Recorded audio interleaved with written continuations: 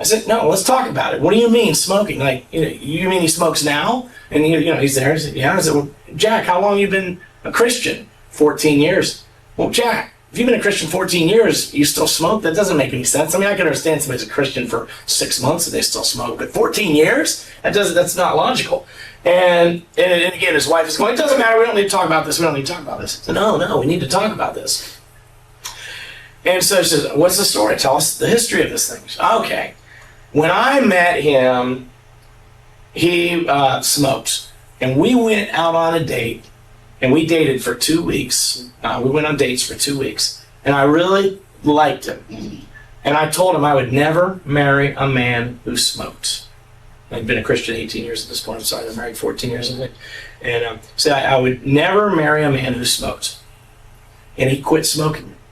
And they dated for 2 years and got married. Guess what? 2 weeks after they got married, he started smoking again. That's pretty stupid. Mm-hmm. When she explained, we said, there's the root.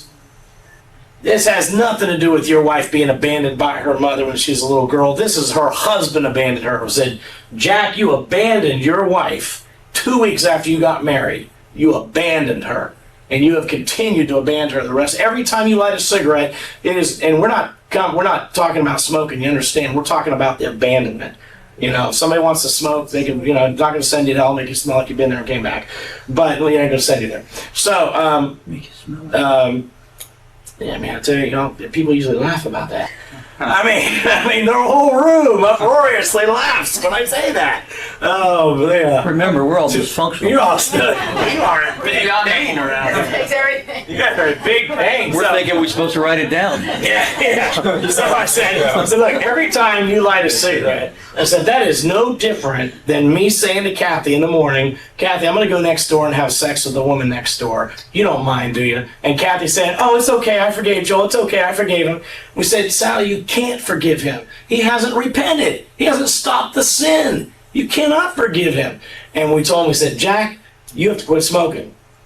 Well, if you quit smoking, then we're not going to talk to you anymore. You're going to live in hell. Sally, you need to divorce him because your marriage will never be healed if he's not going to quit smoking. Forget it. Give it up. It's over. No chance. No recovery ever.